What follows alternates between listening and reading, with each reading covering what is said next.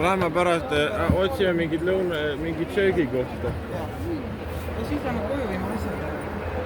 Või sinna jah, ei või mitte. Lähme sinna samasse sööma, kus me eile sõime.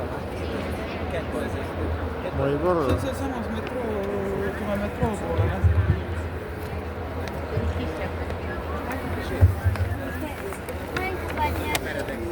Lahe staadion, ma pean ütlema.